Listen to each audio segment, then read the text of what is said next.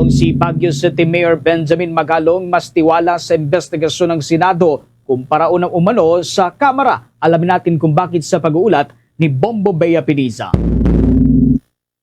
Inihayag ni Baguio City Mayor Benjamin Magalong na mas credible at mas tiwala siya sa isinasagawang investigasyon ng Senado sa pamamagitan ng Senate Blue Ribbon Committee kumpara sa ikinakasang investigasyon ng Infracom o Tri-Committee ng Kamara.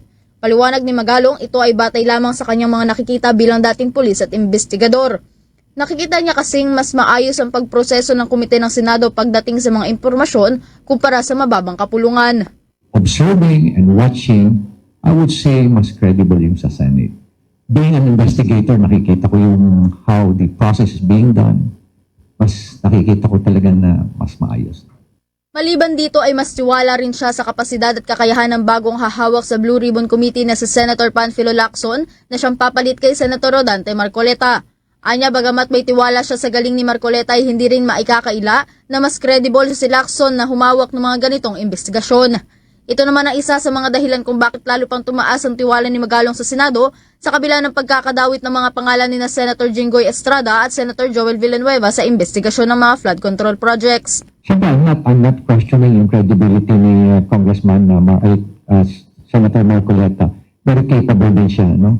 But, siyempre, knowing Senator Lacson, alam ko na very credible si Senator Lacson pagdating sa mga ganyang mga investigation sa committee hearings. Kaya, lamang tumaas palalo yung aking tiwala sa Senado. Samantala, kaugnay naman sa nagpapatuloy na investigasyon ng Kongreso sa mga maanumalyang flood control projects na ito, ay inihayag din ni Magalong na naghihintay lamang siya ng investigasyon mula sa Kamara para tumistigo sa mga isyong ito. Anya, mas mainam na una na siyang tumistigo sa Kamara kaysa sa Senado dahil ang tunay na geraan niya ay nasa tanggapan ng mga kongresista. Magugunita naman na si Magalong ang nagsiwalat sa pagkakasangkot ng ilang mga kongresista sa mga ghost projects sa ilalim ng pagbuo ng mga flood control projects. Mula dito sa lungsod ng Maynila, ito si Bombo Bea Piniza, and this is Bombo Radio Philippines, the #1 and most trusted source of news and information.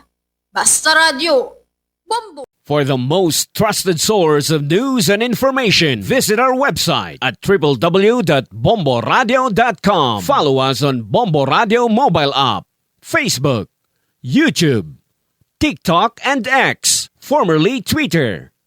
Like, share, and stay connected.